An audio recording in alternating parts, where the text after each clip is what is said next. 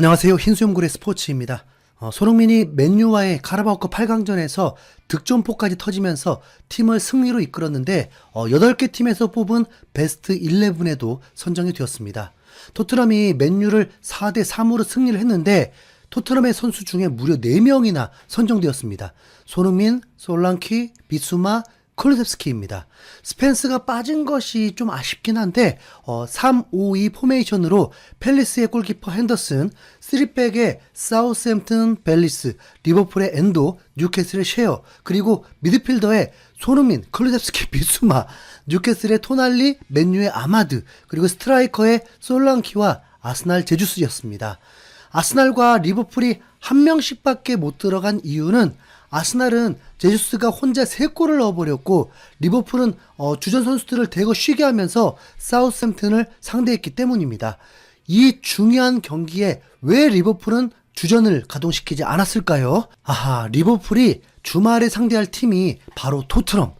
토트넘 원정 경기이기 때문입니다. 리버풀은 16라운드에서 로버트슨이 전반전에 퇴장을 당하는 바람에 고전을 하게 되었고 풀럼과 가까스로 2대2 무승부를 거두면서 승점 2점을 날리고 말았습니다. 그러면서 첼시의 기세가 무섭다 보니까 1위 수성이 결코 순탄치 않다는 걸 알았죠. 이번 토트넘과의 경기에서도 승점을 쌓지 못하면 전반기에 1위를 내줄 수도 있는 확률이 있습니다. 그런데 토트넘이 만만하지가 않죠. 최소한 득점도 많은 팀, 실점도 비교적 적은 팀이잖아요. 홈경기 2점도 있기 때문에 리버풀이 토트넘을 그냥 만만하게 볼 수 없습니다. 물론 토트넘은 전반에 2골을 넣으면서도 앞서 나가도 후반에 집중력 잃고 실점하면서 패배해버린 팀입니다. 브라이튼전이 그랬고 첼시전이 그랬죠. 이번 맨유전에서는 더 큰 충격을 겪을 뻔했습니다. 3득점을 했는데도 안심할 수 없는 팀이라는 걸 제대로 보여줬습니다. 리버풀이 체력적으로도 훨씬 앞서 있는 상황에서 토트넘을 상대하기 때문에 분명 버거운 경기가 될 것입니다. 엔지 감독은 경기 전 기자회견을 통해서 리버풀전에 대한 질문에 그렇게 부담을 느끼지는 않았습니다.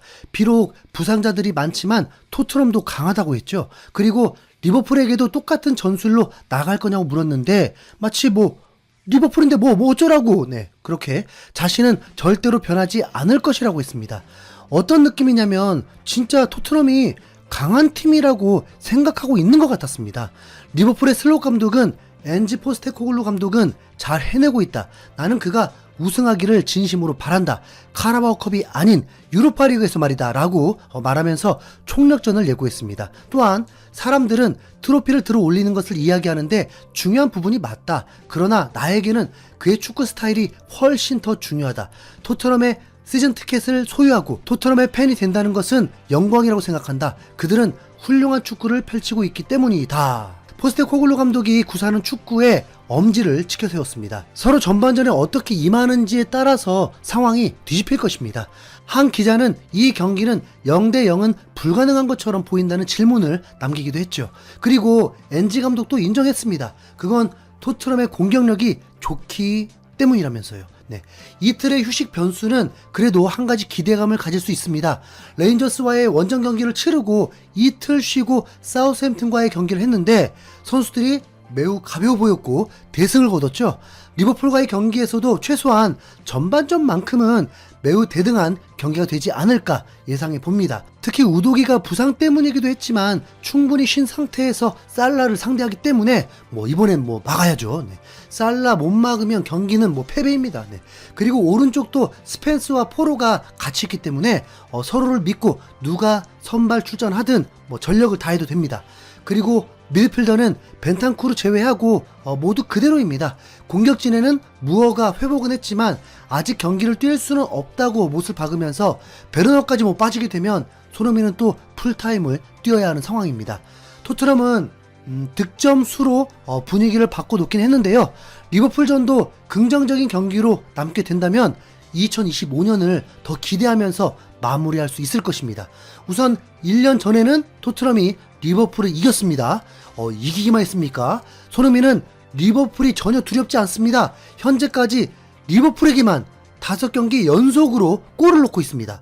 이번에 빅매치에서 6번째 연속 득점에 도전을 하게 됩니다. 그때는 클록 감독이 맡았을 때고 지금은 슬롯 감독으로 바뀌었다는 게 뭐 변화인데 이번 경기로 판가름이 나겠죠. 손흥민이 클롭에게 강한 건지 리버풀 팀에게 강한 건지. 네. 손흥민의 대부분 골은 모두 역습 상황에서 나온 골이었습니다. 토트넘이 일방적으로 내려앉아서 하는 뭐 팀이 아니기 때문에 리버풀이 밀어붙이는 공격이 많이 나올 것이고 그때의 커트와 함께 손흥민의 역습은 충분히 나올 수 있습니다. 특히 1년 전에 승리했을 때 첫 골은 손흥민이 윙어였는데도 중앙에서 뛰면서 스트라이커처럼 박스 안에서 골을 넣었습니다. 메디슨이 히샬리송에게 패스를 해주었고 히샬리송이 달려 들어오는 손흥민에게 패스하면서 골문 앞에서 밀어 넣었습니다. 이번에도 꼭 그래야죠. 중앙지향적으로. 그리고 맨유는 손흥민에게 두세 명이 맞게 했지만 사우스햄튼 때부터 손흥민이 공격에 더 적극적으로 임하고 슈팅하는 모습을 봤다 보니까 이번 경기도 기대됩니다.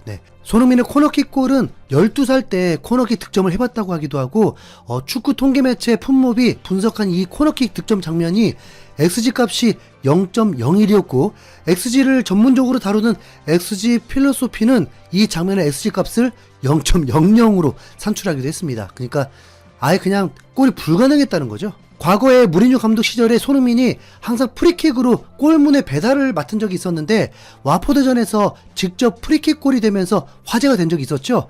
근데 그때와는 차원이 다른 임팩트였습니다. 이 킥만 봐도 손흥민이 프리킥을 찾는 건 당연한 것 같은데 그렇잖아요. 호날두, 메시, 케인 다 페널티킥, 프리킥 거의 전담이었잖아요. 메디슨이 달라진 부분 중 프리킥도 그냥 손흥민이 하는 게 더 위력적일 것 같은데 그래도 메디슨이 달라지고 있습니다. 메디슨은 이번에도 의도적으로 손흥민과 패스를 주고받기도 했고 손흥민이 코너킥을 전담하면서 뭔가 더 기대감이 생기기도 했습니다. 이강인도 주중 경기에서 코너킥을 통해 어시스트를 올렸었죠.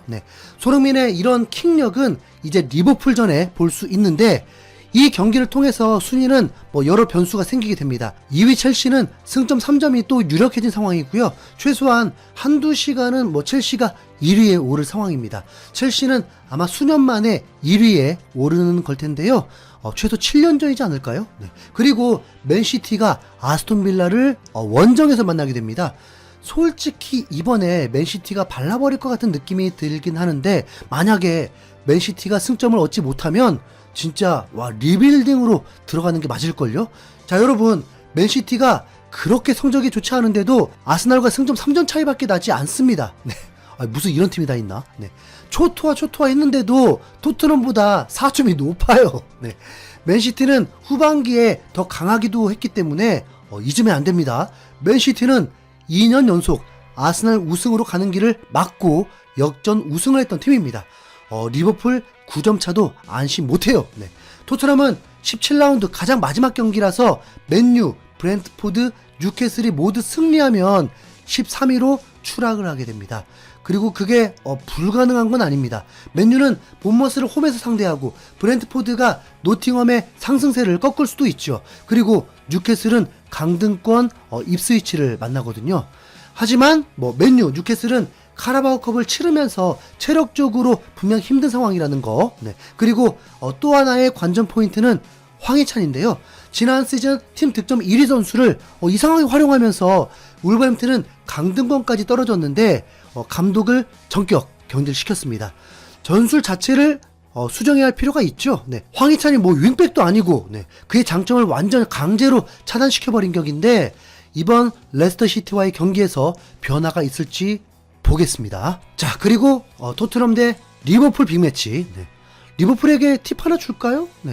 야, 3명이 손흥민만 맡으면 너네가 이긴다.